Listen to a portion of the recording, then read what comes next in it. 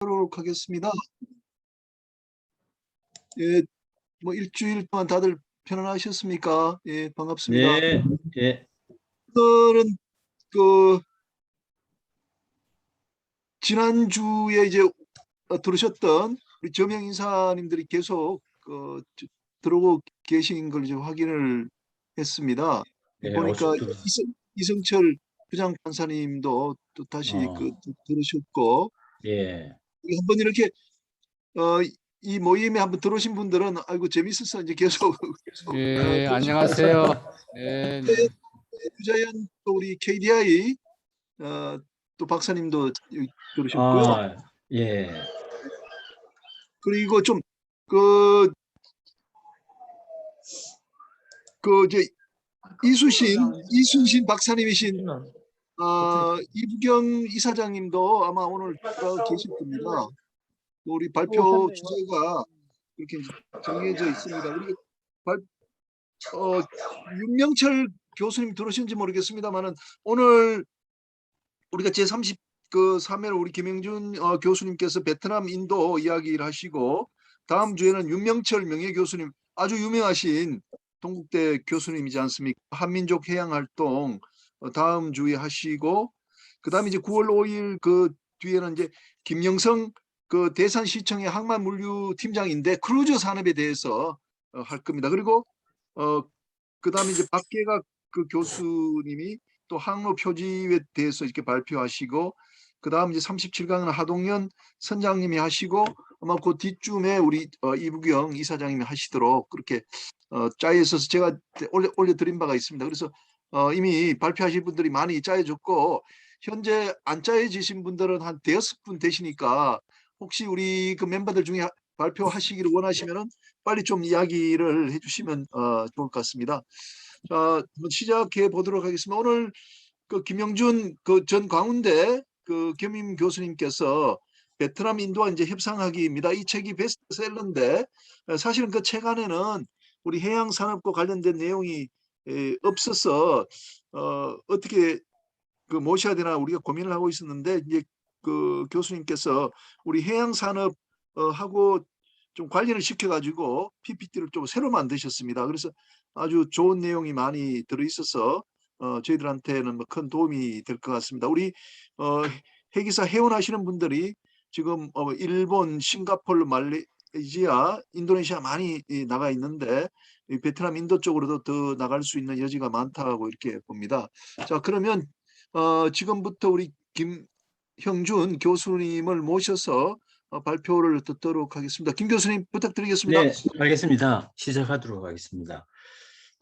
너무 귀중하신 분들을 모셔놓고 부족한 제가 특강을 한다는 것이 쑥스럽기도 하고 죄송스럽기도 합니다. 그래서 제가 이제 그동안 몇십 년 경험을 그나마 조금이라도 전해드렸으면 하는 심정으로 시작하도록 하겠습니다.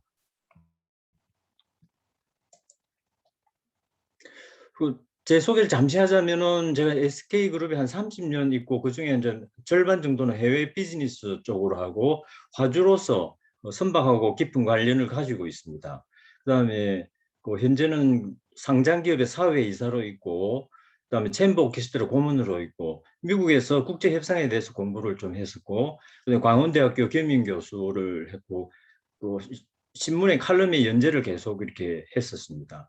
출강을 하고 있고, 금년 초에 책을 발간했고, 그래서 논문은 중국 기업과 협상 전략을 이렇게 했었습니다. 오늘 말씀드린 내용은 이제 첫 번째 이제 책에 대해서 잠시만 말씀을 드리고, 세계 해운 물동량 및 베트남 인도 위상, 그다음에 우리나라 해운 산업 생태계가 활성화하기 위해서 어떻게 하면 좋을 것인지, 그다음에 베트남 인도와 협상하기, 그다음에 협상이란 무엇인지, 그다음에 글로벌 협상 전략을 단계별로 어떻게 추진하면 좋을지, 이런 순서대로 진행하도록 하겠습니다. 우선 제 최근 1월 달에 했는데 1월 달에 베스트셀러로 선정이 됐는데, 이 책을 쓰면서 이제는 탈중국 시대에서 주목받는 국가 베트남하고 인도인데, 이 책을 쓰면서 제가 크게 느낀 바가 있습니다. 글로벌 국제화에 대해서 제일 문제점이 우리가 단일 민족, 단일 문화, 단일 언어 이런 게 좀 문제점이라고 생각된 거예요. 그래서 우리가 외국 사람도 우리가 별로 다르지 않을 것이라는 생각을 가진 게 장애 요인이라는 이런 생각을 하게 됐습니다. 그래서 그다음에 이제 글로벌이란 우리가 해외로 외국인이 우리나라로 오는 게 두 개 다 글로벌이기 때문에 앞으로는 글로벌 이런 감각을 가지고 이런 문화에 익숙해져야만 하는 시대가 된 것으로 이렇게 생각이 됩니다. 그래서 네이버에서 베스트됐고 코트라 교보에서 추천 도서로 선정되었습니다. 그래서 이제 앞으로는 한국식의 다문화 협상 전략이라는 이런 인식을 우리가 가져야 될 시기라고 보고 있습니다.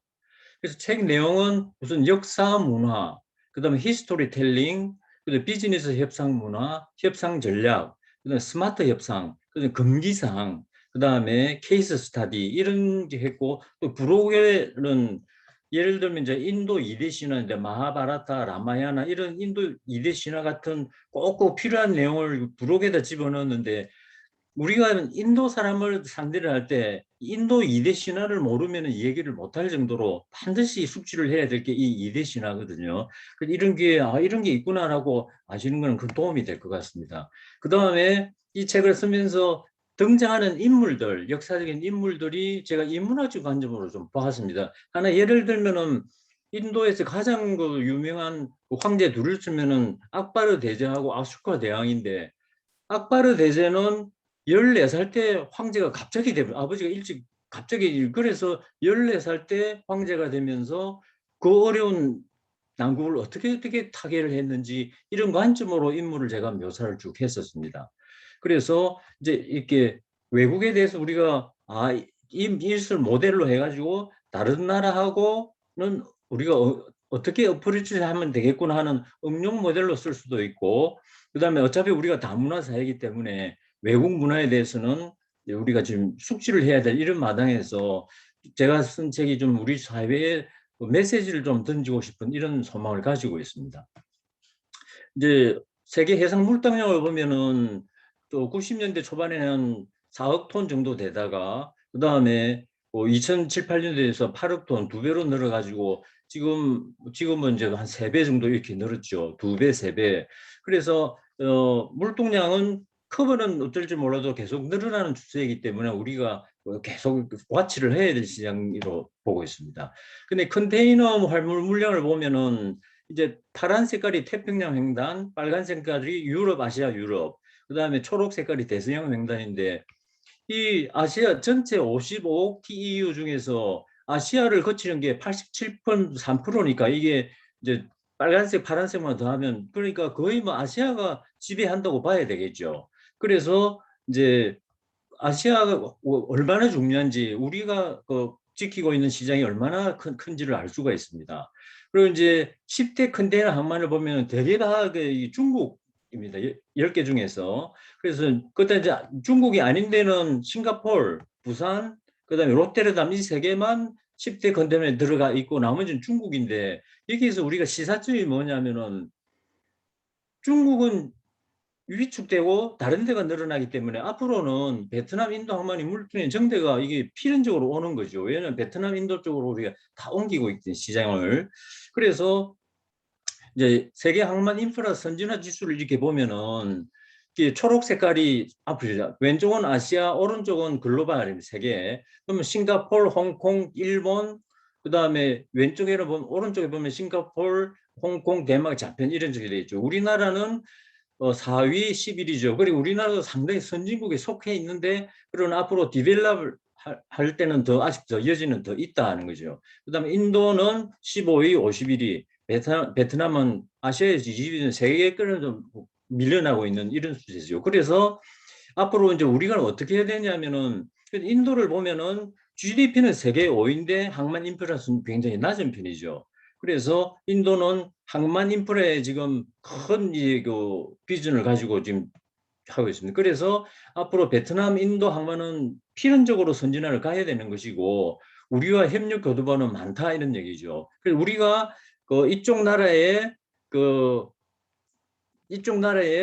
하면 우리가 리더십을 발휘할 수 있기 때문에 그쪽 나라 성장하는 몫을 우리가 쉐어링할 수 있어서 이쪽 베트남, 인도는 우리가 필히 진출을 해야 될 몫이라고 생각합니다. 그리고 이게 보면은 우리나라가 4위 11이기 때문에 우수 항만 벤치마킹을 좀 할 필요가 있습니다. 그래서 싱가포르 어떻게 되는지, 홍콩 어떻게 되는지.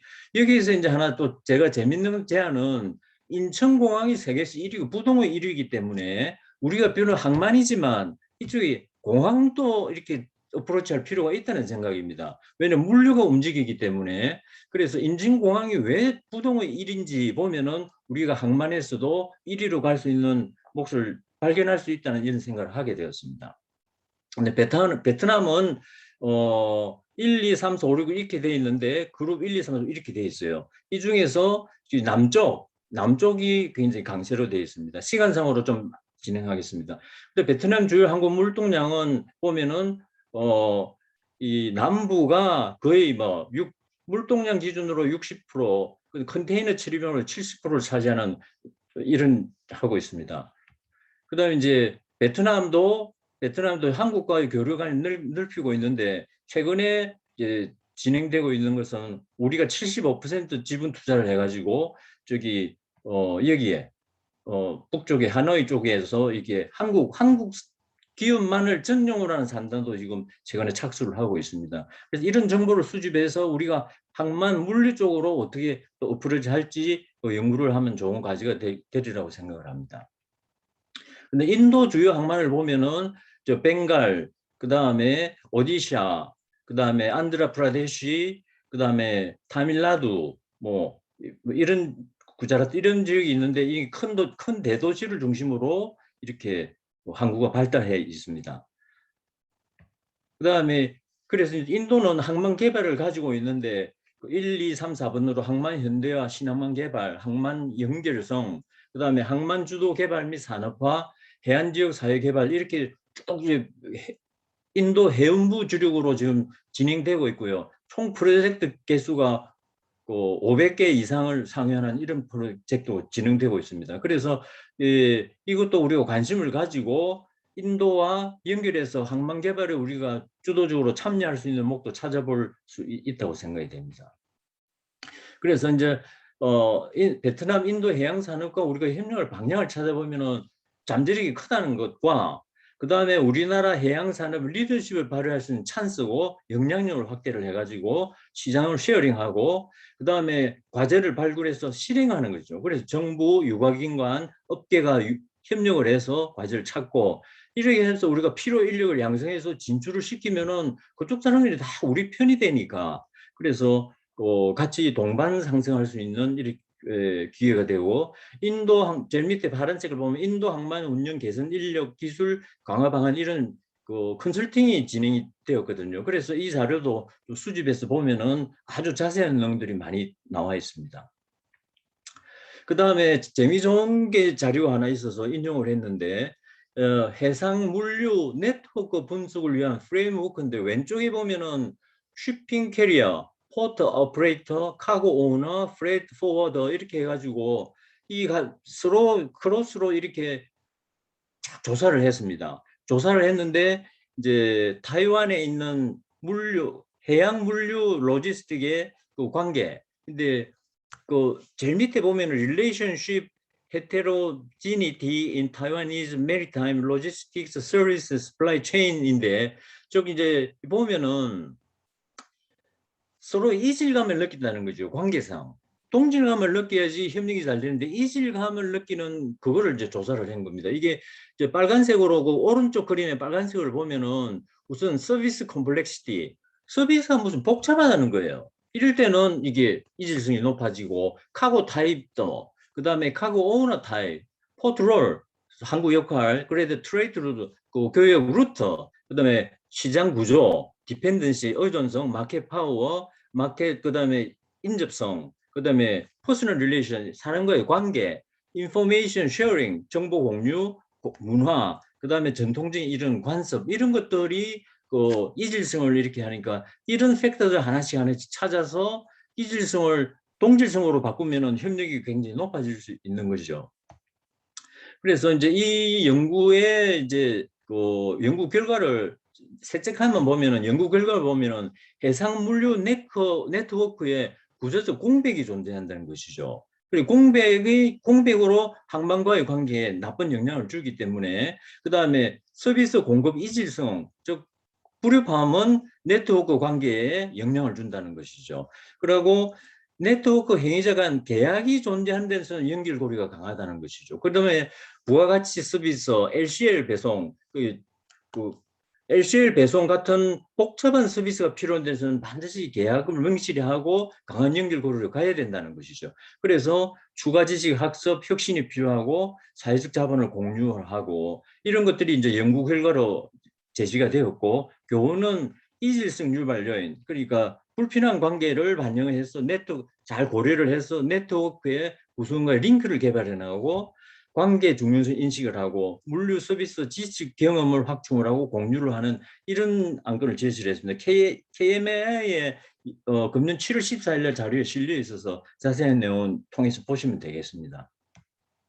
그래서 이제 오늘 아침에 그 9시에 그 전월 대기 여기서 제가 오늘 보고 자료를 정리해서 집어넣었는데 지금 운송 체계 개편은 우리가 선제 대응을 해야 되겠다 싶은 생각이 들었습니다. 그 내용을 복습을 하자면은 적정 운임인데 최근에 그 운임이 너무너무 많이 올라가지고 그런데 해외 선사들은 모스크는 한 200% 정도인데 현대상선은 아마 7, 800% 이렇게 올려가지고 그 단기적으로 이윤 획득은 좋으나 장기적으로 고객 입장에서 본다는 이 적정 운임선이 중요하다는 이런 얘기가 있었고 그다음에 최종 고객들이 이제 변신을 하는 거죠. 예를 들면 월마트 컨테이너를 직접 띄워버리는 이렇게 변화하는 시점에 와 있다는 거죠. 고객 입장에서. 그다음에 환경이 있던 코로나 사태 이후로 운송 체계가 막 개편이 되는 거죠. 이 신호탄으로 봐야죠. 예를 들면 닝보항, 중국의 닝보항에 코로나 환자 발생해 컨테이너를 2, 3주 폐쇄돼 버렸어요. 그러면 배가 어디로 가야 될 건지, 대타나 되는지, 디머리지 같은 등등의 문제는 법적으로 어떻게 대응을 해야 하는지 불가항력인지 뭐 이걸 알 수가 없는 거죠. 그래서 이러한 아주 복잡한 문제가 대두되고 있기 때문에 이제 앞으로 이제 변신을 봐야 된다는 것이고 이거는 제가 집어넣은 것인데요. 우리가 선박과 관련된 운송을 하지만은 항상 경쟁자들은 철도, 항공, 도로, 포괄운송 다른 쪽이라는 거죠.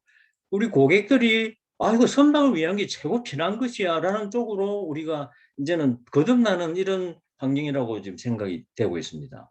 그다음에 운송주권, 이제 김인영 교수님께 말씀하셨는데 정기선 안전 공급을 하고 이런 의무다 이런 거죠. 운임 서비스 공동대하고 협력을 강화하고 해서 이런 체제가 우리가 협력 체제로 가면은 우리 대한민국이 국제 그 해양 산업에 대해서는 가장 큰 우뚝 서는 이런 계기가 될 것으로 생각이 됩니다. 그래서 오늘 아침에 회원 전을 읽기에 참고를 했었습니다. 그래서 이제 제가 제시를 하고 싶은 것은 해양 산업은 관련 산업이 반드시 있거든요. 왜냐하면 기사제도 있고 재료 산업도 있고 뭐 여러 가지 뭐 통신 등등 이렇게 관련 산업, 해양 산업은 관련 산업하고 부딪 따라가기 때문에 같이 발전을 해야 되고 네트워크, 이해관계자, 그다음에 학습, 소통, 협업, 공유 이런 것이 쭉 같이 가줘야 되는데 이제 바다 저자 전문가와의 대화 이런 정말 소중한 모임이라 생각하고 이 자리를 빌어서 김인영 교수님께서 정말 중요한 역할을 하신다는 것을 다시 한번 좀 말씀을 드리고 싶고요. 그 다음에 해양대학교 전영우 교수님께서 우리 카톡에 올려준 내용 중에 유럽, 일본은 컴플리트 메리타임 클러스터 또는 스트롱 메리타임 클러스터 이런 울타리를 만들어서 이렇게 가는데 우리도 이런 것을 구축을 하자는 것인데 나중에 전영우 교수님께서 여기에 대해서도 말씀을 해 주셨으면 좋겠습니다. 그래서 이제 앞으로는 통섭 융합인데 이것을 어떻게 구체화시켜서 실천해 나가는 것이 이제 앞으로 우리에 놓여 있는 과제라고 할 수 있겠습니다. 그다음에 해양 산업 생태계를 형성을 해야 되는데 이제 가운데 있는 산업, 학교, 연구, 그다음에 금융기관, 성급 회사들 이게 전부 한 몸처럼 이렇게 움직여서 여기에다가 그다음 민이 이렇게 관은 정책적인 거, 민은 우리나라 전체적으로 국민들이 으쌰으쌰하면서 이게 지지해주는 이런 것을 해서 조선, 해운, 물류 이게 한 몸처럼 이렇게 하면은 우리나라는 이게 생태계가 형성되거든요. 지금도 잘하고 계시지만은 진짜 생태계가 형성이 되면은 우리나라가 정말 이제 잘 될 수 있는데 이것은 이제 현대중공업 안광현 사장님하고 고려종합국제운송의 권호인 대표님께서 우리 카톡에 올려주신 내용이에요. 그래서 제가 그걸 인용한 것에 불과한데 우리 카톡을 제가 쭉 한번 다 봤습니다. 좋은 의견인 그런데 너무너무 금과옥조들의 내용이 많이 들어있고 그래서 그중에서 몇 개만 뽑아서 이제 이렇게 했는데 나중에 이제 안 사장님하고 권호인 대표님께서도 여기에 대해서 좀 보충 설명을 해주시기를 부탁드립니다. 그래서 나무와 숲이라는 제가 이제 지어낸 이론인데 나무가 뚝뚝뚝 떨어져 있으면 가로수처럼 그냥 나무 존재하지만 붙어서 있으면 이게 숲을 해서 생태가 형성돼서 벌레도 날아오고 새도 날아오고 물도 이렇게 해서 생태가 형성되기 생명력이 산책을 하니까 우리는 이제 빨리 숲을 이루자 하는 이제 이런 것들을 그다음에 따로또 같이 따로는 나 혼자 서서 설 수 있는 이런 능력을 가져야 되는데 힘을 합치면 훨씬 커진다는 거죠. 그래서 따로 똑같이라는 개념이 필요한 시점이라고 보겠습니다. 그래서 이제 최순환의 법칙 있죠. 식물에 이제 10대 원소가 있죠. 마그네슘, 칼슘, 피 가운데 이제 영어 기호로 있는데 이런 식물에 10대 원소가 있는데 이게 잘 되면은 오른쪽에 있는 무성한 나무처럼 되는데 이게 부족하면은 이제 식물이 말라 죽는 거죠. 그래서 식물의 성장은 10대 원소 합의하고 부족한 원소가 좌우를 하는데 그래서 조직 위기는 이게 취약한 고리를 통해서 전체가 붕괴된다는 것이죠. 그래서 이제 하나가 비면은 낮은 성과인데 이게 다 차면은 높은 성과로 올라가는 것이죠. 그래서 우리가 한 분야에서 나는 자신 있어 잘한다 이렇게 해서 옆 분야가 이거 안 되면은 아무 소용이 없기 때문에 옆 부분을 도와주는 것이 자기 자신 잘 되는 것 못지않게 중요하다는 이런 인식을 하는 것이 필요하겠습니다. 그래서 부가가치는 이제 협력에서 나온다네. 부가가치는 협력. 그리고 우리 해양 보면은 조선 해운 고객이 이렇게 한 몸처럼 이렇게 움직여져야 되고 그 다음에 경영에 대해서는 생산, 마케팅, 고객 이게 이렇게 되고 그 다음에 법률 있잖아요. 법률을 제정하고 집행하고 국민 법을 제정하는 사람, 집행하는 사람 따로따로거든요. 적용받는 사람 따로.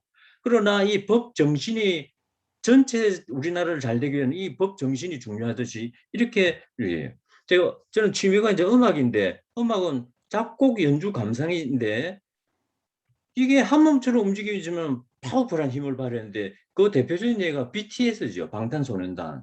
방탄소년단은 자기들이 작곡, 작사 전부 다 하고 자기들이 노래 부르고 다 하고 그 다음에 그 아미라는 그 팬클럽 그게 뭐 전 세계적인 팬클럽이 한 몸처럼 움직이 부르니까 당할 재간이 없죠. 그 다음에 콘텐츠가 서양 사람을 사로잡는 이런 콘텐츠까지 다 겸비를 해버리니까 그래서 이 다 공통 색깔이 지금 제가 색깔로 이렇게 가운데는 초록색 이렇게 했던 게 공통적인 원리라는 게 있어서 해양 산업도 마찬가지죠. 조선 산업 하나만 하더라도 기자재 뭐 얼마나 그 종합 산업이잖아요. LNG 선박 하면은 그게 뭐 마이너스 160도로 저장해서 이게 냉동으로 오는 그 고난도 기술 이런 기술 우리나라가 가진다는 건 정말 대단하죠.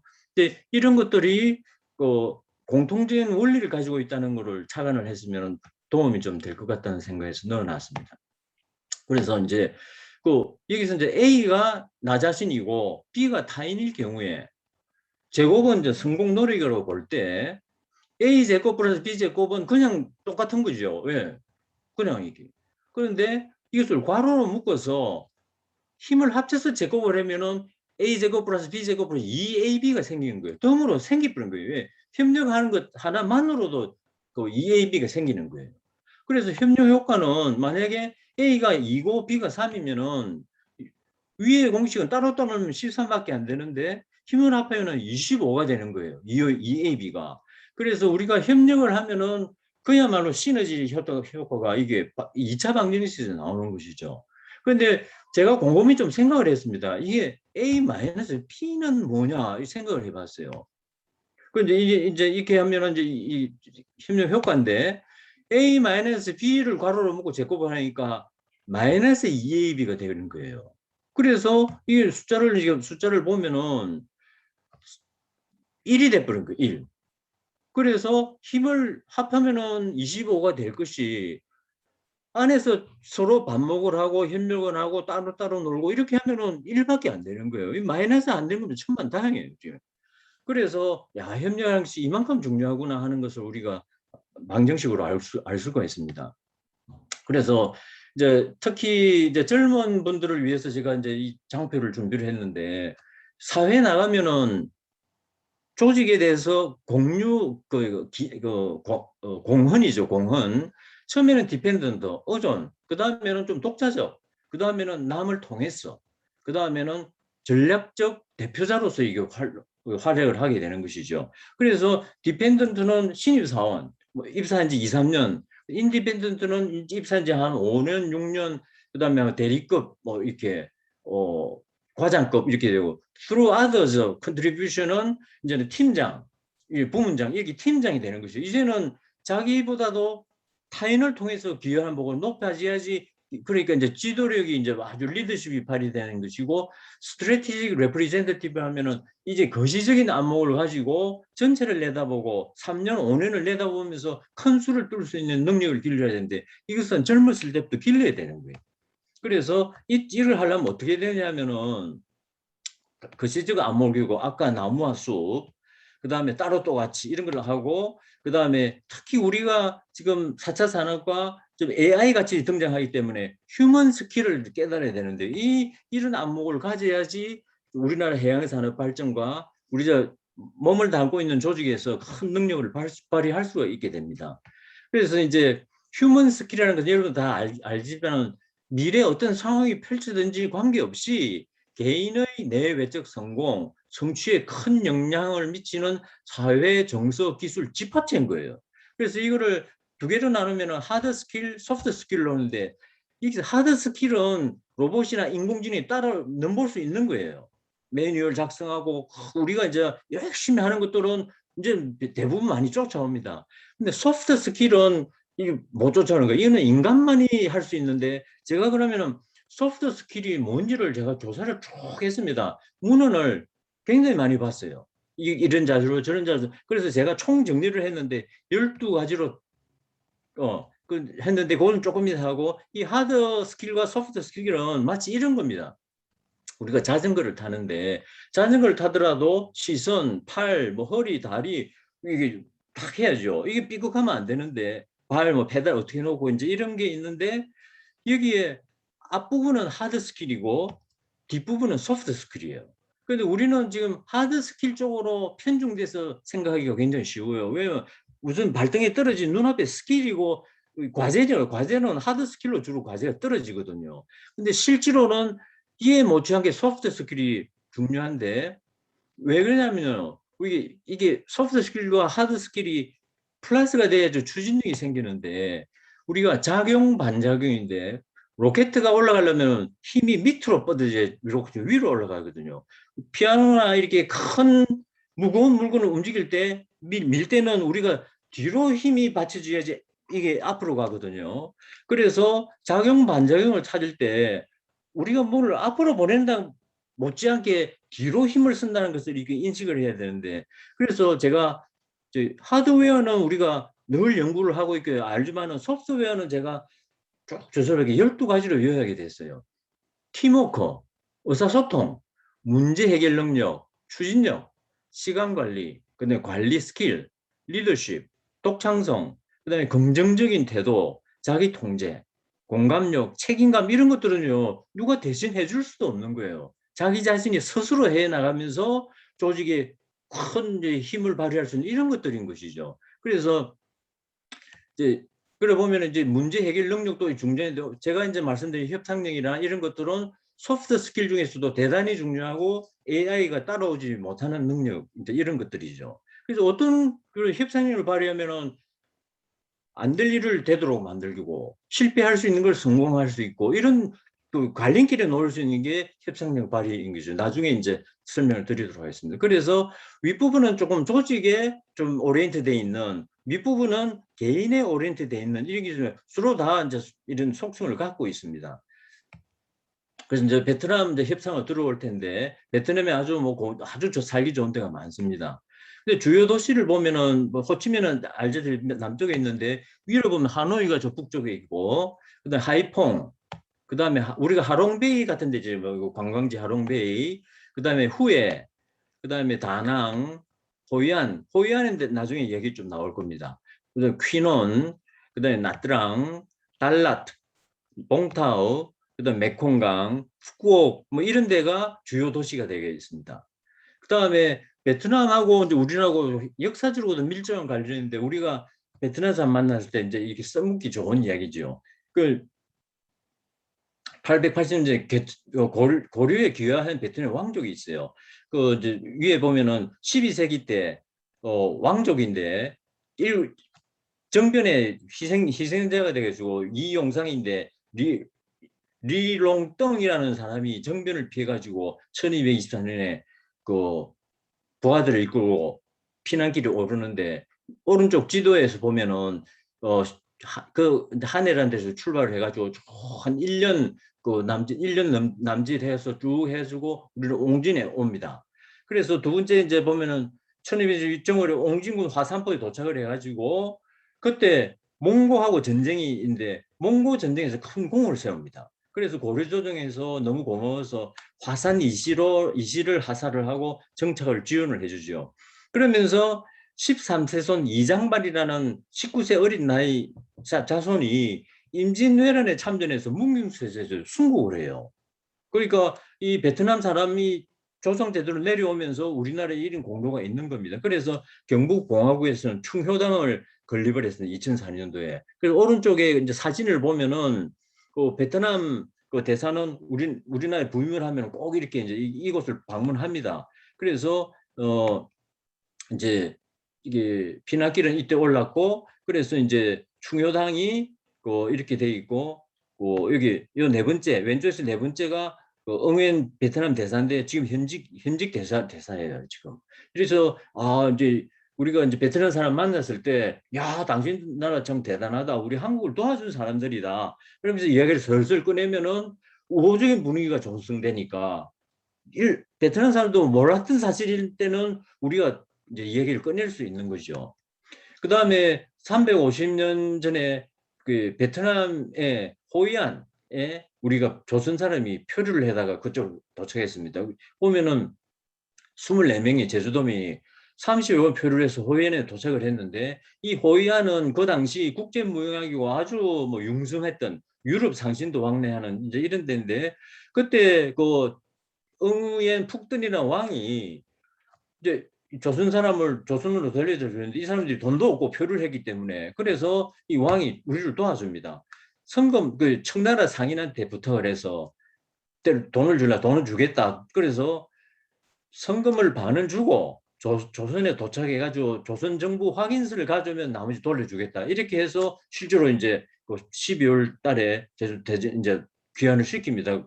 그래서 이제 왼쪽 사진을 이렇게 보면은 이게 일본교라는 데인데 여기서는 일본 사람이 많이 살았던 동네죠. 그래서 이제 이런 얘기도 우리가 하면서 이제 이 당시 이제 이 사람들이 기록을 보면은 그 베트남에 우리나라는 없는 진귀한 이런 문물들 그것들을 많이 기록으로 남겼습니다.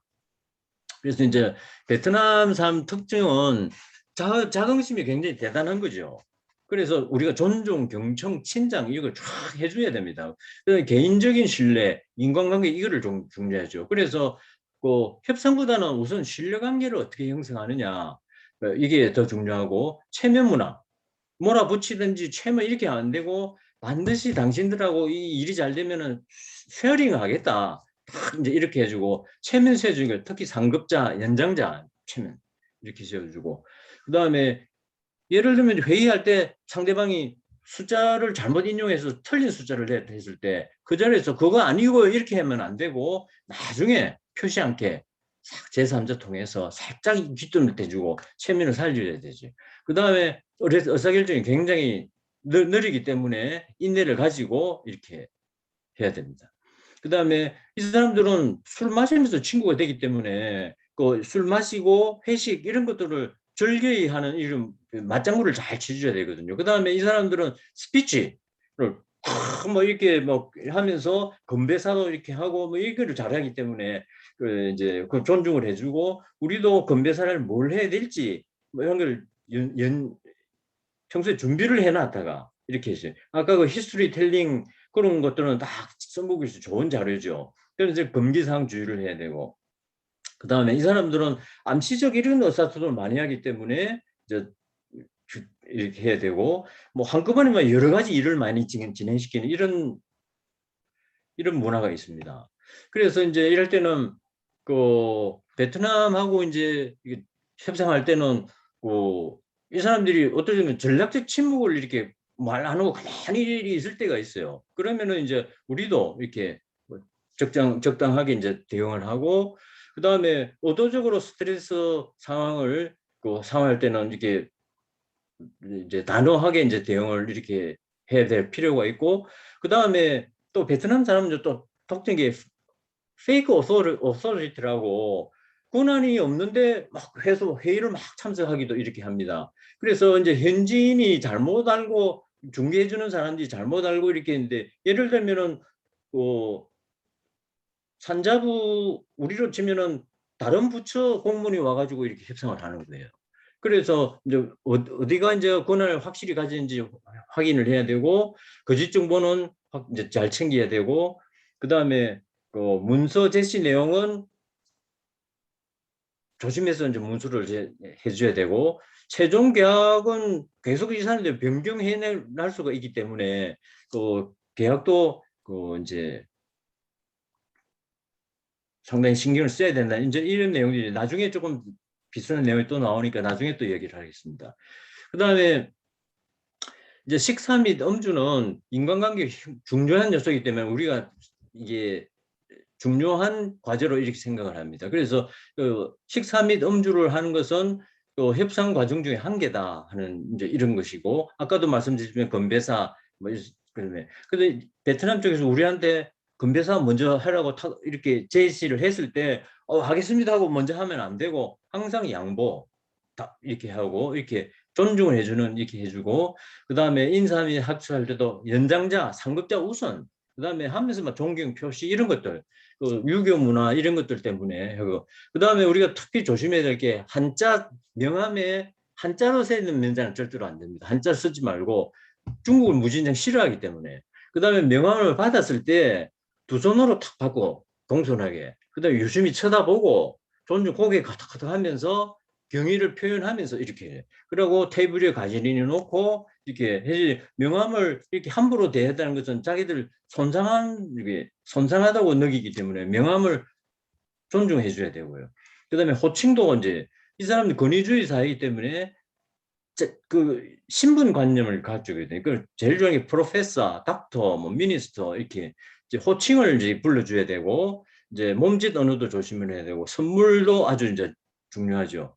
그래서 이제 고위 관리는 두 개를 준비를 해가지고 사람들이 있을 때 증정하는 거하고 살짝 몰래 전는 두 개가 있어야 돼요. 고위관직은. 근데 복장은 이제 무난한 뭐 이렇게 양복을 하면 되고, 의외로 이 사람들은 시간을 음수를 하기 때문에 항상 시간보다 일찍 가야 되는 이제 이런 것들이 있습니다. 그 다음에 금지사항은 절대로 월남전 이야기를 해서는 안 된다는 것. 그 다음에 한국의 시주은 베트남 신부 이야기해서는 안 되는 것. 화교, 중국 이야기 하지 말고 상대방의 몸 손대들이 사소한 다투기 이런 것들은 절대 베트남에서 다툰다는 것은 절대로 해서는 안 되는 겁니다. 인도 협상하고 넘어가 보겠습니다. 타지마할인데 이제 인도는 도시를 보면 이제 역사를 알 수가 있습니다. 쭉 보면 이제 위에 카슈미르는 파키스탄 분쟁 지역이죠. 그 다음에 펀잡 지역은 시크 교도가 비옥한 땅이고, 그 다음에 라자스탄은 사막지대, 관광지가 사막지대고, 구자라트는 모디 수상 고향이고, 인도에서 가장 경제적으로 급속 성장했던 지역이고, 그다음에 뭄바이가 여기 있고, 고아가 이게 포르투갈이 진출했을 때 이게 여기는 기독교 신자가 한 60% 정도 차지를 하고 있고, 타밀나두 여기 이 지역은 타밀어를 쓰는데 우리나라 말하고 너무너무 똑같은 말이 많습니다. 타밀어는 관심 있게 보면은 하나 예를 들면요, 타밀어 중에서 엄마 인게 와봐 이렇게 해요. 엄마 인게 와봐 이렇게 해요. 이게 우리나라 말로 하면 엄마 이리 와봐 이 뜻이에요. 너무너무 똑같죠. 궁둥이, 풀, 뭐 엄마, 아빠, 언니 이런 건 정말 똑같습니다. 그래서 타밀로는 우리하고 그만큼 언어적으로 교류가 많았다는 걸 알 수가 있고, 첸나이가 여기 있고 남쪽에, 그다음에 하이데라바드, 오리샤, 이 포철이 진출했다가 실패를 했던 오리샤, 그다음에 벵갈, 벵갈 콜카타 여기 있는데 벵갈에는 이제 그 비옥한 땅이죠 여기가. 그다음에 비하르, 이거는 옛날 불교를 지원을 많이 했던 동네고, 우리가 바라나시 잘 아는 동네가 여기 있습니다. 겐지스강. 그다음에 아그라는 아까 그 타지마할이 여기 있고, 무굴 제국 그 초대 이게 수도가 여기 있었고, 델리가 이 부분에 있고, 여기는 스카모니가 이게 태어나고 이게 설법을 하고 여기 이 지역을 중심으로 활동했던 지역입니다. 그래서 이제 한국하고 우리하고 이제 역사관계는 삼국유사의 허왕업 이렇게 돼 있고, 여기는 그 아요디아라는 도시하고 우리하고 특히 김해시하고 지금까지 계속 지속적인 교류를 하고 있습니다. 매년 우리도 가고 저쪽도 오고, 그다음에 왕호 천주국전도 이렇게 자세한 내용은 그 책에 자세히 나와 있기 때문에 생략하고 넘어가겠습니다. 그다음에 인도 시정 타고르는 천재 중에 천재인데요. 16세 때 이미 시를 썼고 16세 때 영국 유학을 갔다 오고, 그 1909년에 그 시집이죠. 연가 시집을 썼는데 런던에서 직접 본인이 영문 번역을 해서 아시아인 최초로 노벨 문학상을 탄 이제 이런 책이죠. 이런 사람이죠. 그다음에 지금 인도의 그 국가를 작곡 작사를 다 했고, 그 벵글라데시 국가도 작사를 했고, 이거 보통 사람이 아닌데 자세한 내용은 이제 책에 있습니다. 그다음에 한국 전쟁 유엔 가입에 인도가 크게 공로를 세웠죠. 넘어가도록 하겠습니다. 그다음에 인도하고 비즈니스 협상할 때는 이 사람들은 타고난 협상 기질을 가지고 있고 우리가 넘나 볼 수 없다고 이렇게 생각하시면 됩니다. 높은 분별력, 뛰어난 응기응변, 그다음에 전반적 수준이 굉장히 높아요. 그다음에 오른쪽에 보면 개인주의, 집단주의가 공존하고 사생활 우선이에요. 근데 우리가 인도에 가가지고 진출해서 인도 사람을 상대를 할 때 우리식으로 대했다가는 백발백중 실패를 합니다. 이 사람은 존중을 해줘요. 근데 강한 민족주의 세체, 근데 톱다운, 톱에서 의사결정이 중요하고 시간된 주장에 풍부한 상상력, 그다음에 과대 포장하는 게 있고요. 노 프라블럼 문화. 절대 이 사람은 노라는 표현을 절대로 안 합니다. 왜냐면 문화가 그래요. 인도 문화는 부정적인 표현을 하는 것은 상대방의 결례라고 생각하기 때문에 노라는 표현을 안 하는데, 그 대신에 부정적인 경우에는 그냥 몸짓 언어로 해요. 어깨를 뭐 어색한다든지 이렇게. 그 다음에 감사하거나 미안해하지도 않고 화도 내지도 않고. 그러니까 이 사람들은 그 운명적인 이런 것들이 있기 때문에, 그래서 핑계거리는 거짓말을 하더라도 둘러대기 때문에 이 사람 말을 고지것대로 믿으면 안 되거든요. 그 다음에 협상전략 관계성을 강화를 해야 되고 정서적 안정감을 제공을 해줘야 되고, 근데 이 사람들이 열의가 높기 때문에 같이 간다 뭐 이렇게. 그 다음에 오른쪽에 이 사람들은 의도적으로 프로세스 지연을 할 수가 있어요. 의도적으로. 그때는 우리가 어떻게 해야 되는지 이제 이렇게 있는데, 여기에 대한 자세한 내용은 책에 그 대응 방침이 다 이래 있습니다. 그 다음에 왼쪽에 두 번째 그 계약에 대한 인식이 다르거든요. 업무상 계약 업무상 이행을 안 해요, 이 사람들이. 어떻게? 그럼 이 나쁜 사람들 우리 기준인데 이 사람들 생각은 그렇지 않아요. 왜냐하면은 이행할 수 없는 상황이 되었기 때문에 이행을 못 한다는 거예요. 그래서 왜 이행을 못 하는지 해서 그렇게 이렇게 우리가 붙어야지, 저 나쁜 사람 이렇게 이야기를 없습니다. 그다음에 오른쪽에 계약 의무상 이행 지연 시 일단 수용태세 상업하고 이런 것들이 우리가 유연성을 가질 필요가 있습니다. 그래서 이제 인도 커뮤니케이션 방식은 톱다운이라든지 뭐 이런 것들, 문서화 뭐 이런 것들이 이제 중요하겠습니다. 그다음에 첫 만남이 중요하죠. 명함을 많이 가져가야 돼요. 뭐 이 사람들은 뭐 진흙에는 막 사람들이 와서 인사하기 때문에 명함을 다 나눠줘도 뭐 실제로 필요한 사람들이 명함에 떨어질 수가 있기 때문에 명함은 많이 준비를 해야 됩니다.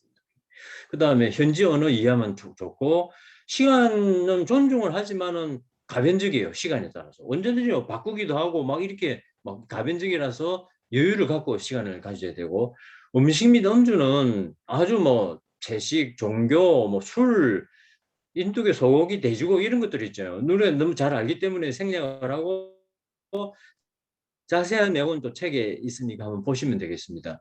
그 다음에 인사, 뭐 악수 이런 것들도 다 다르고 몸짓 언어도 다 다르고 특히 윙크는 유혹이고 휘파람은 안 되고 그 다음에 선물은 서열 1위한테 공개적으로 딱 1위를 존중해 주는 게 되게 필요합니다. 그 다음에 선물 선정 시 종교나 식습관 고려를 해야 되는데 예를 들면은 힌두교 신자한테 가죽 지갑 이게 하면은 좀 안 맞겠죠. 근데 식습관을 모르고 우리가 음식을 선물했다 이렇게 하면 안 되죠. 왜냐하면 식습관에 저기 채식주의라는 계란 들어가면 안 되거든요. 이게. 그래서 그 다음에 또 하나 재밌는 것은 현금을 이제 축의금이라든지 뭐 결혼 축의금 이런 거 할 때 현금 선물을 할 때는 금액이 홀수로 해야 되는 거예요. 200루피 하면 안 되고 300루피. 그 다음에 301루피를 해야 되는 거예요. 근데 20불 안 되고 10불은 되는데 11불 이렇게 해야 되는 거예요. 그래서 이런 걸 못 맞추면은 딱 우리가 이런 걸 알면서 딱 선물을 하면은 그 사람들이 뭘 좀 알고 있네 이제 이렇게 되는 거죠. 복장도 이제 그렇고 호칭은 타이틀 굉장히 중요하고 이 사람들은 학력, 과거 직장, 직위, 퇴역 장성 이런 걸 이런 까지 다 존중을 합니다. 어떤 사람은 뭐 이제 우리도 그렇기 때문에 우리도 경력에 명함 같은데 경력을 다양하게 써가지고 우리도 이런 사람이야라고 보여줄 필요가 있어요. 그다음에 인도 사람 명함에 이제 IAS 이런 행정고시 출신, IPS면 경찰고시 출신인데 공무원들의 이거 직위가 대단히 높기 때문에 이래 보면은 거기에 대해서는 경의를 딱 표시를 해준 거죠. 뭐 거기 거떡하다고, 뭐 IAS really 이렇게 하면서 맞장구 치주면은 그 사람들이 아주 좋아하죠. 그 다음에 민감한 화제는 절대 갈등, 차별, 빈부격차 이런 것들 화낸다든지 신체 접촉 이런 거 안 되고 종교적 일상적 관습을 절대 지켜야 되고 몸짓, 언어, 동작 근데 부정적 표현 써주면 안 되고 이런 것들 그래서 그쪽 나라 문화는 우리가 존중을 해줘야 되기 때문에 이제 그런 게 필요할 것 같습니다. 그래서 우리는 부정적 이건 안 되는데요를 우리는 일선을 쓰지만은 안 되는데요를 하지 말고 이렇게 하면 문제점이 다소 있지 않을까요? 뭐 이런 식으로 표현을 해야 되는 게 낫죠. 그래서 이제 협상이란 무엇인가 이제 들어올 텐데요. 여기서 이제 중요한 것은 교환이라는 차이예요. 주고받는 것이 이제 협상은 이기고 지고 되는 게 아니죠. 이게 승패로 따지지 않은 것이죠. 그래서 협상이 5대 요소인데 이것만 알면은 여러분들 이제 협상에 대해서는 기본 골격을 갖추는 겁니다, 이게. 그래서 이 5개만 보면은 일단 협상 목표가 이제 중요하죠. 어떤 목표를 세울 거냐. 그 다음에 상대방의 좋은 관계를 가져야 되고 상대방은 시장 정보, 정보를 아주 내야 되고 파트너는 베스트 얼터너티브 투어 니고시에이티드 어그리먼트 해가지고 최선의 대체안이죠. 딱 대안을 가지고 있으면 협상이 높아지는 거죠. 그다음에 협상 능력을 가지고 있어요. 이 5대 요소가 이제 되게 중요한데 제가 이 협상 5대 요소만 가지고서는 협상을 우리 능력을 키우고 실질적으로 협상장에서 우리가 힘을 발휘할 때는 좀 이제 조금 더 디테일한 게 필요하겠다 싶어서 제가 이게 새로 하나 창안을 했습니다. 이제 그거는 조금 이따 설명을 할 텐데 특히 앞부분에 이 관계 있잖아요. 관계 형성에서 이제 빌드업인데 쌓아가야 될 게 이제 관계 형성은 신뢰 관계, 호감, 뭐 이슈. 근데 여기서 신뢰를 높이는 것은 이슈는 굉장히 강하게 하고 인간관계는 더 이제 그다음에 우리가 전문가 또는 이제 지인하고 이게 전문가 지인과 연결이 돼 있다. 그다음에 상대방에 영향을 줄 수 있는 지인하고 우리가 연결돼 있으면 아주 협상이 높아지죠. 그다음에 우리가 지위가 있고 권위가 있다. 특히 의사결정 권한을 가지고 있다. 이제 이런 걸. 그다음에 상대방의 공감 능력. 그래서 이제 intentional relations move라고 그러는데 의도적으로 관계를 정진시켜야 된다는 뜻이죠. 이게. 그래서 상대방 평판을 높여주고 존중해주고 접대를 하고 선물 뭐 등등 이런 것들이 해야 되는데 미국의 칼라 할스라는 미 통상자원 장관인데 이 사람은 80년대 우리는 한국에 방문한 사람인데 이 사람은 능수능란한 사람이에요. 뭐 표정부터 다르잖아요. 이 사람이. 근데 이 사람 미국에 있을 때 우리 장관이 미국에 통상협상을 갔는데 이 가면은 보좌진들이 자료를 철저히 준비를 해주고 자료를 했는데 그때 갈 때 우리 장관께서 미술책을 비행기 안에서 미술책을 열심히 보고 있었어요. 그래서 이제 보좌진들이 걱정이 돼가지고 야, 장관님이 그 업무도 잘 모르시는데 이 숙지는 안 하시고 이 미술책만 보고 있어서 큰일 났다고. 그래가지고 항상 걱정을 했는데 드디어 이제 미국 도착해가지고 협상장에 도착을 해서 협상을 시작을 합니다. 그래서 협상을 시작하는데 이제 칼라힐스하고 이제 이런저런 얘기를 하다가 우리 딱 이야기가 처음부터 업무적으로 바로 안 나오고 보통 이제 그 업무 외의 얘기를 많이 이제 하게 되니까 탁 미술 얘기가 나왔어요. 그 미술 얘기가 탁 나왔는데 그때 우리 장관이 미술 얘기했는데 그때 비행기 안에서 읽은 미술책에 그 영어를 다 외운 거예요, 이 장관이. 그래가지고 칼라이슨 때 그 미국의 미술에 대해서 쭉 얘기를 하면서 이러니까 칼라일서 입이 점점점 더 올라가요. 찢어지는 거예요. 뭐 좋아가지고 막 흥분을 해. 알고 봤더만은 할아버지가 미국 과거였어요. 그래서 분위기가 막 너무너무 화기애애한 분위기가 돼가지고 미국에 있는 보좌진들이 우리한테 함부로 못하는 거예요. 우리 장관하고 이 칼라일스하고 관계가 워낙 좋아져 버려가지고. 그래서 의도적으로 이렇게 관계를 정지시킨다는 게 대단히 중요한 것은 우리가 상대방에 대해서 공부를 많이 이제 해야 된다는 것이죠. 그래서 강한 그 협상이면 우리 지휘가 있어야 되는 것이고, 그 다음에 시간에 쫓기지 말아야 돼요. 마감 시간에 쫓기면 불리해지거든요.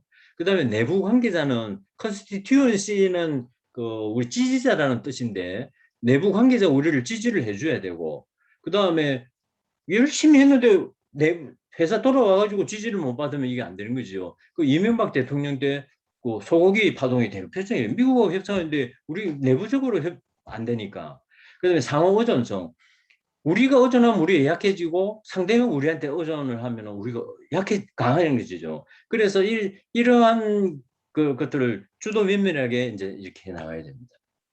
그다음에 여러분 한번 보세요. 이제 다 읽어보진 않는데 A, B 협상가를 한번 쭉 보면은 어떤 협상가가 능력이 뛰어난지 이렇게 보면은 시간을 재기 위해서 A보다는 B가 훨씬 능력이 있는 스타일이죠. 그래서 B는 협상 목표는 승리가 아니라 사업 성공이다. 그다음에 일관성을 해서 협상력 우위를 계속 지켜가고 첫 제안이 되게 중요하거든요. 앵커링 역에서 딱 한번 내뱉으면 거기 앵커링 역에서 딱 지지되고 거기 기준이 돼버린 것이죠. 그다음에 가격에 대해서 조파, 그러니까 Zone of Possible Agreement를 하고 그 합의 가능한 조언을 자꾸 만들어 가야 되는데 서로 엉뚱한 얘기하면 안 되니까 나의 예산에 맞게 상대방 움직여서 쭉 조파를 형성하도록 유도를 해 가야 되고, 그다음에 불평불만을 하기가 쉬운데 해결 방안을 항상 실행력을 높이고 고민사항이 있으면은 항상 분석을 해서 대안을 모색을 하고 금액, 조건 이렇게 있으면은 금액에 집착 안 하고 조건도 그러지. 예를 들면 상대방이 금액을 깎아달라 하면은 왜 금액을 깎아주면 협상이 될 것 같으니까. 그러면은 금액을 깎아주는 대신에 AS 받을 때 그 AS 비용을 높인다든지. 그럼 결국 우리가 더 유리해 줄 수 있기 때문에 그걸 리블링이라고 그러거든요. 그래서 이렇게 해서 그러면 비협상가가 굉장히 유연성이 있고 실천적이고 굉장히. 그래서 제가 이제 이 비협상가 그래서 이제 제가 이게 만든 모델인데요. 그래서 협상의 실행력을 높이기 위해서는 6가지만 딱 두면은 높일 수 있어요. 우선 히든 인터레스트, 상대방의 숨은 이해관계가 뭔지, 뭘 노리고 있는지, 그 다음에 객관적인 기준을 만들자, 그 다음에 그 창조적인 옵션을 많이 만들자, 그 다음에 협상력을 키우자, 철저히 준비를 하자, 관계, 아까 말씀드린 이 6가지만 하면 협상력이 굉장히 높아져요. 이 중에서도 하나를 꼽으라면 히든 인터레스트거든요. 이 빙산의 위와 아래 같으면 위에는 포지션을 해가지고 겉으로 드러나 얘기하는 거예요. 그러나 실제로는 이게 훨씬 중요하죠. 협상 상대방이 이 협상만 탁 성공을 시키면은 이 사람이 이제 임원승진이다. 이렇게 하면은 어쨌든 우리 쪽에서는 협상 성공하도록 도와줄 테니까 이게 서로 협조합시다. 이렇게 해서 분위기를 슬슬 맞춰가면 유리하게 이제 되는 것이죠. 그래서 이제 그 보면은 ISO, NPR 이렇게 해서 ISO, NPR 이렇게 6글자로 딱 나누니까 외우기가 쉬워요. 그래서 이제 그래서 만약에 이게 2차 방정식 근의 공식 외우듯이 딱 집어넣어서면 외우기가 쉽더라고요. 그래서 보면은 이제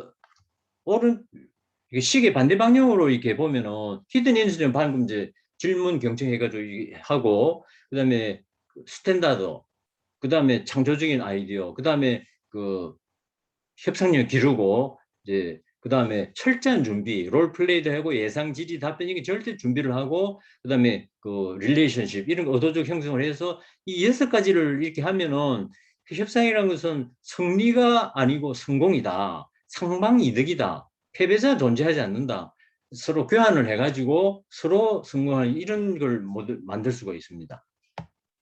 그래서 교환이다.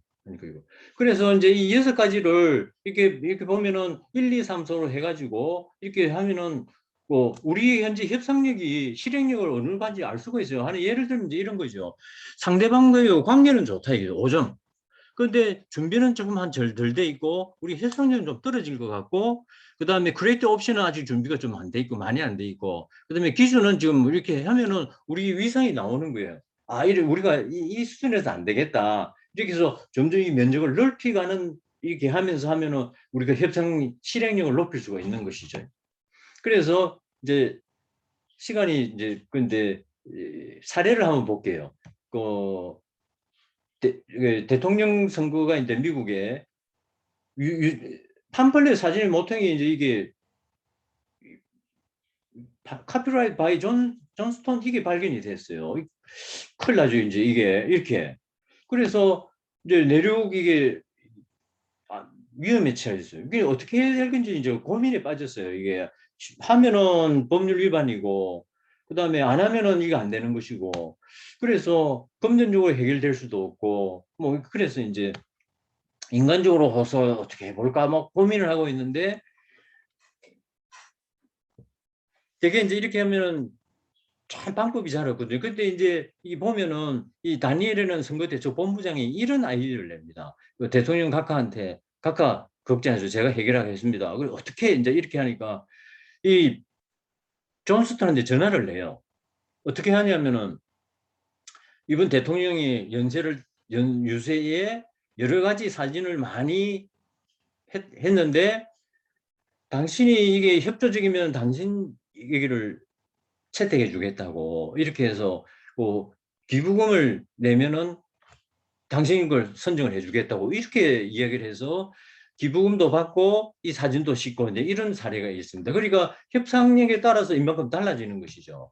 그 다음에 고려 성종 때 이제 전쟁이 불가피한 상황인데 서희 장군이 그 소선영을 하고 협상을 했는데 협상을 아주 이제 잘 이렇게 맞췄어요. 어떻게 협상을 쓴 것이냐면은 이제 어떻게 했냐면은 이제 고려 성종 때 소선이 쳐들어온 이유는 실제로는 송나라하고 전쟁을 하려다가 송나라 전쟁할 때 그 뒷부분을 고려가 치면은 거란이 난처해지니까, 그래서 고려가 소선영을 치지 못하도록 미리 협박하러 이제 온 것이죠. 그래서 서희 장군은 거란의 히든 인트레스트를 파악한 거예요. 쟤들은 우리가 전쟁하러 온 것이 아니고 우리한테 겁주러 왔다. 그래서 이제 서희 장군은 딱 가가지고 우리 고려는 친송파가 득세했고 강균파다. 우리 결사항전이다. 그래서 내가 고려조정에 가서 잘 설득을 해서 전쟁을 안 하도록 내가 도와줄 텐데 이대로 내가 빈손으로 가면은 분명히 당신들하고 우리 전쟁이다. 그래서 뭘 우리 고려한테 뭘 좀 내놓으라고, 뭔가 좀 선물이 있어야지 내가 빈손으로 갈 수는 없지 않느냐 이렇게 하니까, 그래서 소선영이 강동육주를 떼주네요. 빨간색 강동육주를 떼주고 물러가 버린 거예요. 그 대신에 우리 뒤치지 마. 그래 안 치게 이제 이래 된 거예요. 그래서 이 지역은 그러니 관리하기도 힘든 지역이었어요. 그래서 우리는 땅도 되찾고 이제 이렇게 그 히든 인트레스트를 파악하는 게 이만큼 이제 중요한 것이죠. 또 사례 세 번째를 보면은 이 빚 독촉이 채무자가 좀 기다려 달라는데 그래서 이제 빚쟁이 제한이 상자 안에 검은 돌, 흰 돌을 넣고 흰 돌을 끄집어내면은 빚을 탕감받고 검은 돌을 끄집어내면은 빚도 갚아야 되고 딸도 시집 보내라 이래 된 거예요. 그런데 실제로는 검은 돌 두 개를 다 하는 거예요. 그래서 이제 이게 소금질 간파를 했어요. 어떻게 고민이죠. 그래서 이제 고민인데 어떻게 했냐면은 아이고 죄송합니다. 어떻게 했냐면은 이 빚쟁이가 돌멩이를 딱 그저 분명히 이런 까만 돌이잖아요. 그러니까 이것을 멀리 던져 버려버린 거예요. 실수로 넘어지는 모션을 하면서 팍 넘어지면서 던지 뿌리고 아 죄송합니다 이렇게 하면서 안에 걸 끄집어내면 까만 거면 내가 분명히 흰 거를 집어낸 것이니까 그렇게 해서 모면을 이렇게 하게 되는데 이 협상에서 교훈은 우리가 생각을 바꾸어서 탁도로 생각을 해봐야 됐다는 것하고 어떨 때는 내가 옳다고 생각하는 것을 바꿔서 생각해 보자는 것 이렇게 해야지 하면은 의외로 답을 찾을 수 있다는 것을 알 수가 있습니다. 그 다음에 이 사례는 이제 국제적으로 유명한 사례인데요. 1970년 중반에 소니하고 유니버설하고 협상을 했는데 비디오 디스크를 공동 개발했어요. 근데 소니는 VCR을 또 단독 개발을 병행하고 있었어요. 근데 VCR은 이제 녹화도 가능하니까 더 이제 뛰어난 것이죠. 뉴욕 본사에서 이제 회의를 하는데 비디오 디스크에서만 늘 하는데 만찬장에 딱 가가지고 쉐인버그 사장이 유니버스 사장이 은근슬쩍이 VCR 문제를 딱 꺼낸 거예요. 이 좀 중단해달라고 뭐 우리가 안 되면 소송까지 고려하고 있다고 딱 이런 거예요. 그러니까 이제 모리터 회장이 발끈 화를 내면서 우리 일본 기업은 오른손으로 악수하면서 왼손으로 얼굴 때리지 않는다면서 특히 동양 우리도 마찬가지지만은 동양 사람은 소송이라게 하면은 진짜 알레르기잖아요. 이거 근데 미국이나 이쪽에서는 소송은 그냥 과정 중에 하나니까 그래서 separate the deal from relationship이니까 그래서 뭐 그렇게 모리타 회장이 일본으로 돌아가 버렸습니다. 그리고 모리타 회장이 일체 답변을 안 해요. 그래서 셰인버그가 할 수 없이 소송을 제기합니다. 그래 소송 제기하자. 이렇게 11년 동안 끌면서 소송 비용은 수백만 원 달려고 유니버설이 집니다. 소송에. 그래서 이제 결렬사는 문화 차이라는 거예요. 일본은 소송은 거래관계 종결이다. 미국은 구분이다. 그래서 그 다음에 쉐인버그가 딱 만찬장에서 이야기를 꺼낸 것은 갑자기 돌발로 딱 이야기를 꺼내면은 팍 그 확실한 위협이 credible threat이라 그러는데 확실히 위협을 받고 큰일 났네 이렇게 위협을 당할 줄 알았는데 모리터 회장은 아무것도 모르는 상태니까 위협을 받을 수도 없는 거죠. 확실한 위협을 하려고 했으면은 이 쉐인버그 사장이 미리 이런 거 있다, 장기 큰일 난다 이렇게 해서 미리 이렇게 어나운스를 해줬더라면은 확실한 위협을 느낄 수도 있었죠. 야, 이 잘못하면 큰일 나겠네. 이랬을 텐데 쉐인버그가 이런 협상 그 프로시저나 이런 것을 너무 몰랐던 거죠. 일본 문화도 몰랐고. 그래서 이 뒤를 아주 화기애애하게 갈 수 있는 길을 이렇게 어마어마한 손실로 귀착되는 게 이게 협상 방향에 따라서 이만큼 달라지는 겁니다. 그래서 이제 글로벌 협상 전략이 또 뭐냐? 협상 하나도 굉장히 어려운데 글로벌 협상은 이제 더 어려운 거죠.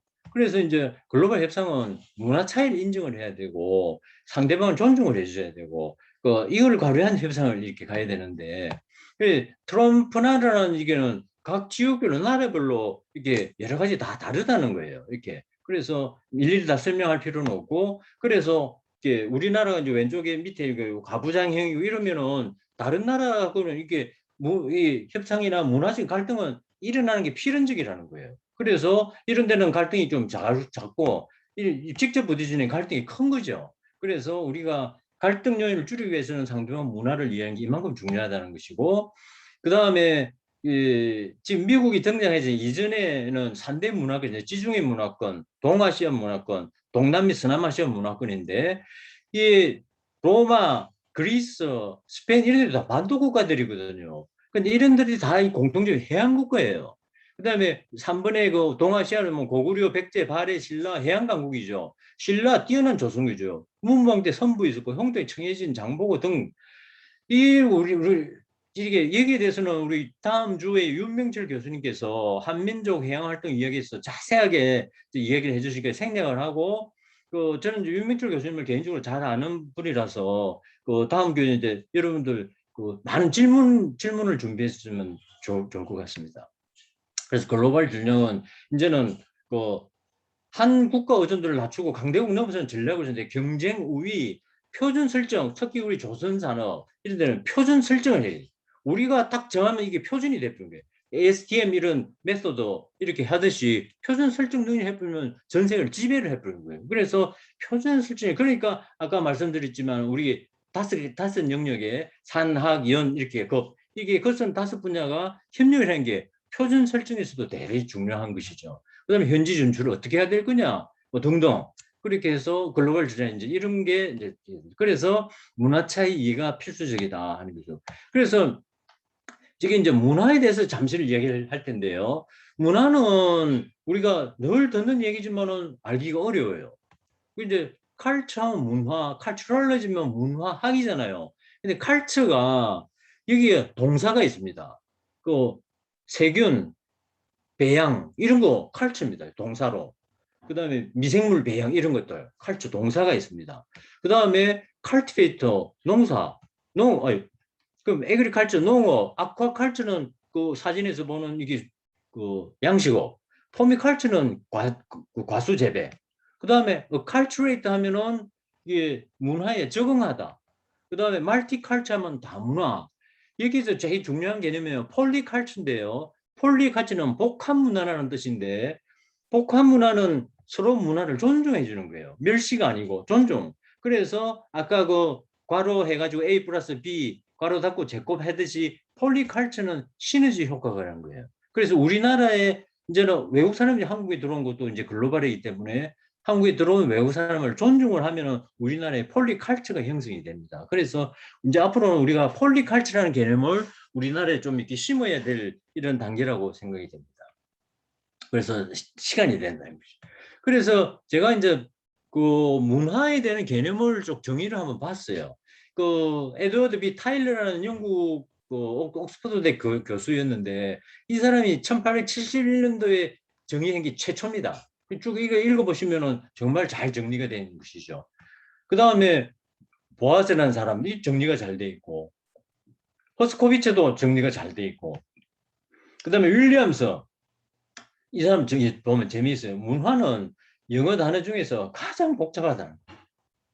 그만큼 정의하기 어렵다는 거예요. 근데 보로프스키는 문화를 정의하는 것은 바람을 멈추시는 것 같다 이게 이만큼 어려운 거예요.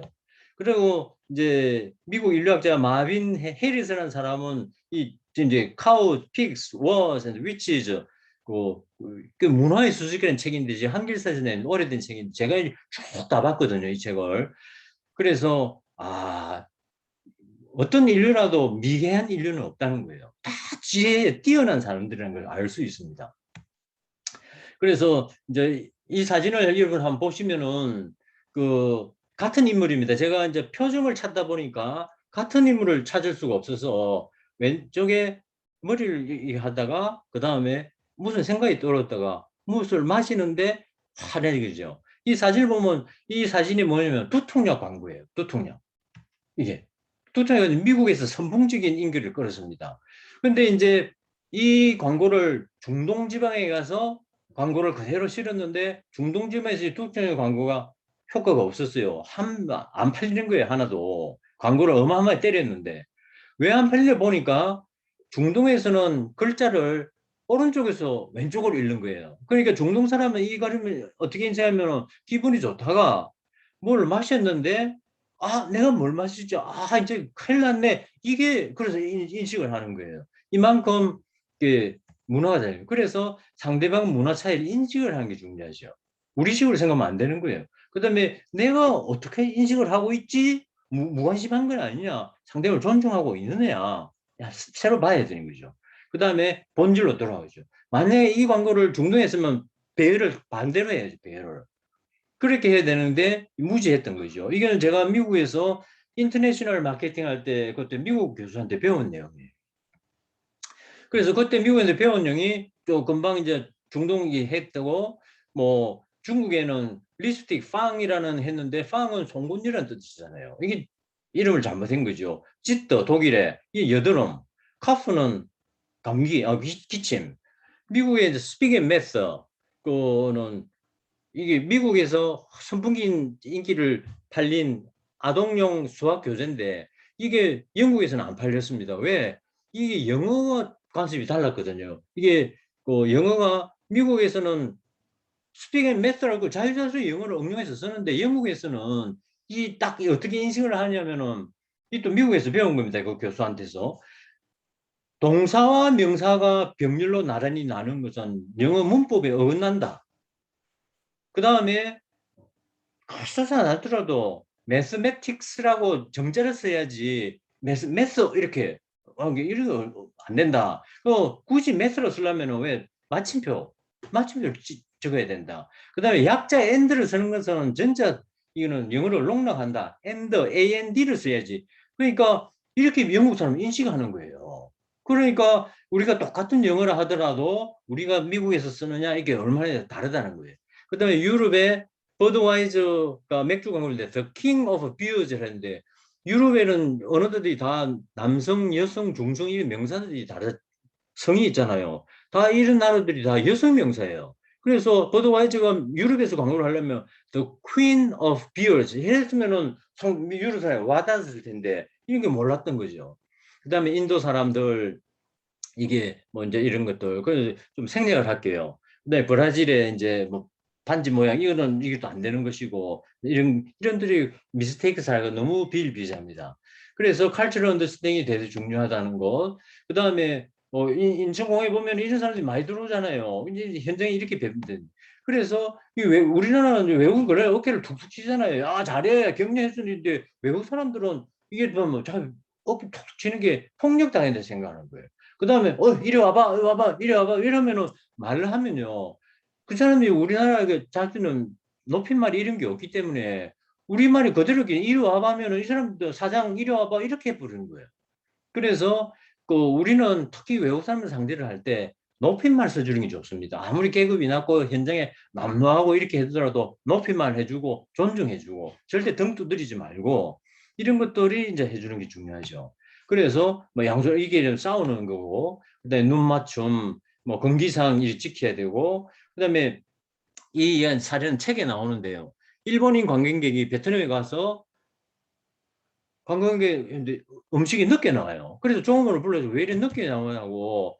그래 머리를 툭툭 쳤어요. 빨리 오라고 말이에요. 머리를 툭툭 세게 때리지 않고 툭툭 건드렸거든요. 그래 이제 이 베트남 그 직원이 문을 열고 나가버리는 거예요. 그래서 나가는데 한참 기다려 안 오는데 오토바이를 타고 가고 집에 가서 권총을 들고 와갖고 일본인 관광 총으로 쏴 죽여버렸어요.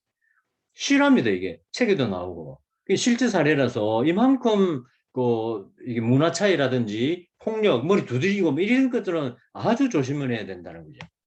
그래서 제가 이제 미국 사람하고 협상, 중동 사람들, 그다음에 호주, 말레이시아, 중국, 그다음에 일본 나가사키 RC아께서 LPG 캐리어인데 그때 명명실에 제가 참석을 했습니다. 이게 제가 화주로서 화주 개런티를 했거든요. 그래서 이때 갔었고 그래서 이제 시간이 이제 제가 잘 맞춰가는데 저거 가상 시나리오를 하나 짰어요.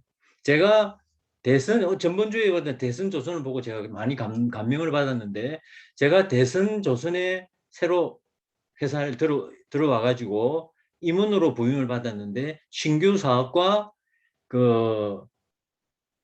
해외 협상 제가 이제 임무를 받았습니다. 그럼 이제 제가 이제 대선 조선이 이제 회사가 성장하면서 해외 조선도 유망하는 길에 M&A를 해야 되는데 이제 글로벌 협상 전략을 진행해야 되는 거예요.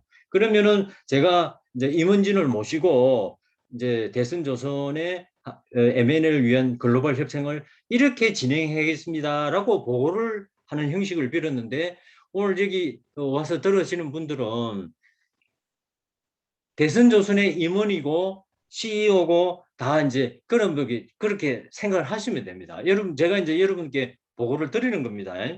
그러면 시작하겠습니다. 이제 대표이사 이수근 대표님을 위시해서 이렇게 홈페이지를 가서 쭉 보니까요, 정말 정리가 참 잘 돼 있습니다. 그 참고로 좀 보시면은 이 생략을 할 텐데 보시면은 정말 내용이 알차게 잘 돼 있더만요. 그래서 벤치마킹 해도 좋을 탄탄한 내용입니다, 이게. 그래서 그러면서 사훈이 창의적 사하고 적극 행도 겸허한 성찰. 전번에 그 오범 부장님 참 겸손하고 실력도 그렇잖아요. 그래서 어떻게 저렇게 겸손하신가 하고 했는데 오늘 사훈의 겸허한 성찰 이렇게 돼 있더라고요. 그래서 회사 분위기가 정말 다르다 이제 이런 걸 느꼈습니다. 그러면 이제 제가 이제 본격적으로 그 데슨 조선 임원으로서 보고를 올리도록 하겠습니다. 글로벌 협상 프로세스는 비즈니스 협상하고 다를 바가 없지만은 특히 상대 국가의 문화, 협상 상대방의 문화, 협상 문화를 숙지를 하고 그다음에 글로벌 협상 전략을 수립을 하고 단계별로 전략을 수립을 하고 단계별 전략 실행을 하고 피드백을 하고 향후 과제로 이렇게 계속 팔로우를 하는 것으로 이렇게 진행하도록 하겠습니다. 협상은 크게 협상 전, 그다음에 본 협상, 그다음에 협상 후 이렇게 세 개로 나눌 수가 있죠. 이 세 단계로 해야 됩니다. 근데 협상 전에는 우선 협상 파트너를 선정을 해야죠.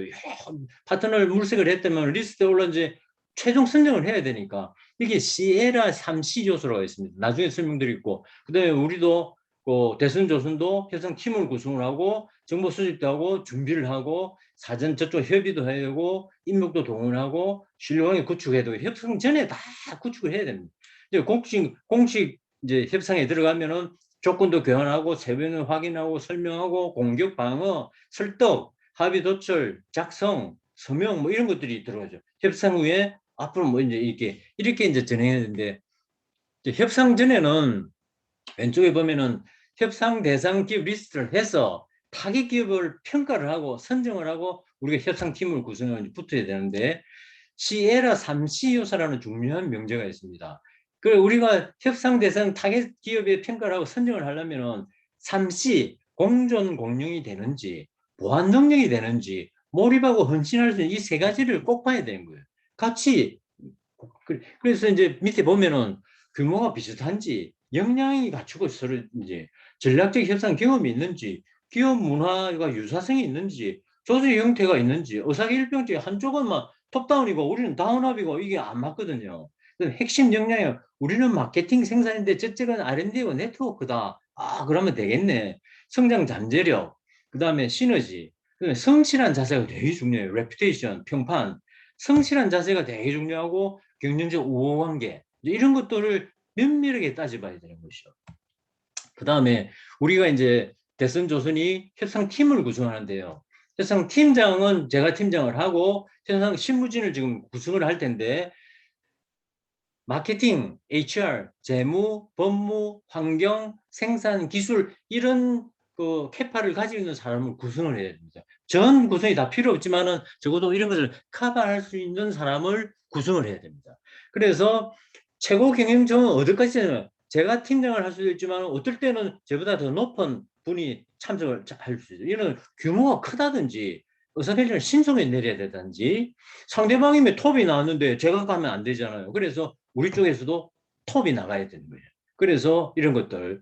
그다음에 국가의 배드가인데 역할 사전 분담을 해야 되는데 마케팅, HR 이런 분야들은 굉장히 우호적인 상대방 칭찬해주고 띄워주고 아 당신 최고입니다. 이렇게 역할을 해야 되는 반면에 재무, 법무, 환경, 기술 이런 분야 있죠. 테크니컬 이런 데서는 철저하게 악역을 해주는 거예요.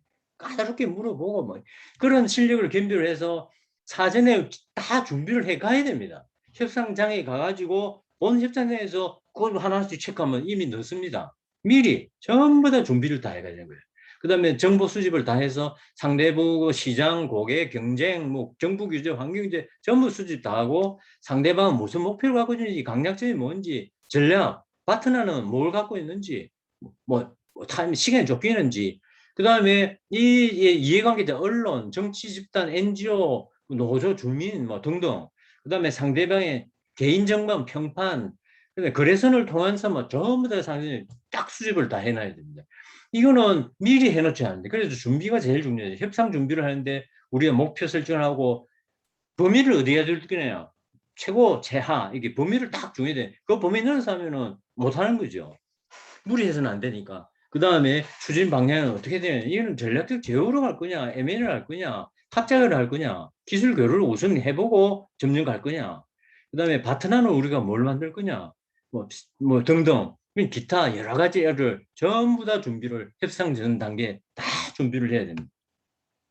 공식 협상 단계에 들어가잖아요. 그럼 정보교환, 설득, 양보 뭐 이렇게 이게 하는데 정보교환은 이제 상방 조건 공개를 하고 질의하고 뭐 비공식 정보 획득 예상 질의 답변인데 전부 다 실질을 준비를 해야 돼요.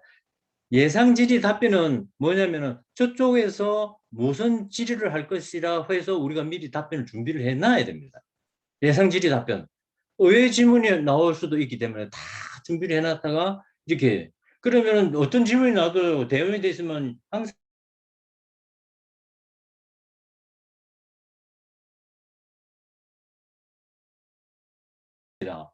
단단하니까 우리가 그래서 이제 그다음에 이제 설득을 보면은 상대방이 공세로 나올 수가 있거든. 그때는 막 여유 계속 무리할 때는 우리도 강제로 나올 수 있다. 뭐 이게 이유를 가지고 우리가 약할 때는 좀 인내하고 설득하고 참고 기다려야 돼요.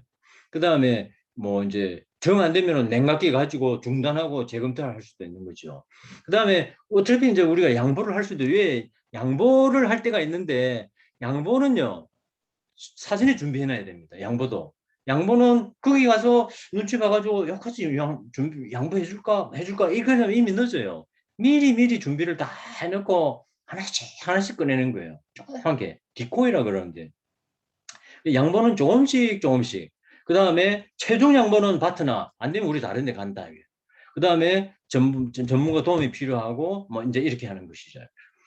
그리고 이제 공식 협상 단계 입장 조율하고 자료 뭐 충분한 협상 시간 상대방 과대 표정 염두에 두고 칭찬 질문을 많이 해가지고 상대방의 말을 많이 하도록 유도를 하고 우리는 말 적게 하고 그다음에 그 상대방 대표자 관심자 미리 아까 그 미술 이야기했듯이 그다음에 민감한 화재 금기 절대 건물 중간중간 점검해가고 딱 범위가 조금 이레귤러하게 하면 딸 본사 커뮤니케이션 해가지고 이렇게 하고 내용 정리 공유 그다음에 자기 일진 이런 것들이 통역 활용이 되게 중요해요.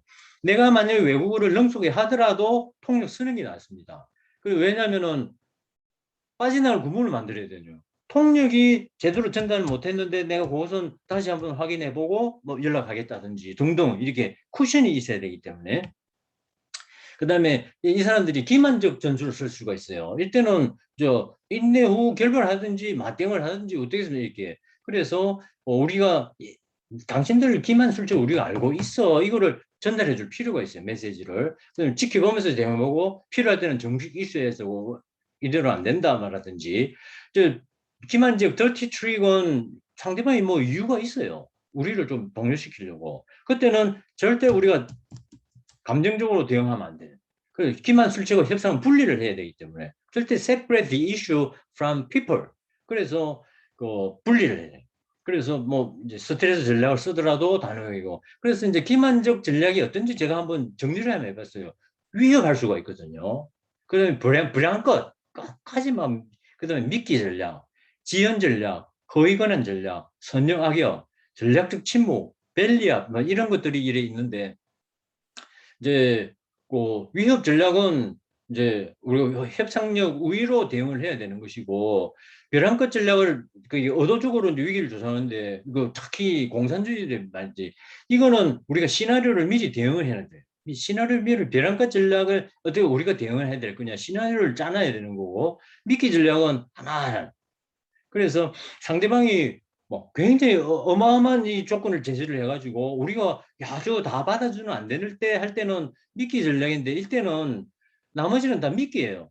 핵심은 자기들이 원하는 걸 하기 때문에 우리는 미끼가 뭔지 핵심이 뭔지 파악하는 게 중요하고 그다음에 그 지연 전략은 우리가 이제 협상력 우위에 따라서 대응이 달라지고 지연 전략 이런 것들은 제 책에 좀 자세하게 나와 있습니다. 허위 건약 뭐 이런 것들도 그렇고 책에 나와 있고 선적 악역도 이제 아까 자세히 말씀을 드렸기 때문에 이제 말씀드렸고 전략적 침묵도 이제 분위기 전환을 하면 되고 벨리압 전략도 이제 양의 탈을 쓴 늑대 전략이라고 그러는데 이제 상대방이 동정심을 상대방이 어리숙하게 보이니까 마음을 놓게 만드는 방심. 그래서 막 전략 노출했는데 제가 이게 철저하게 벨리압 전략의 농락사의 주인공입니다.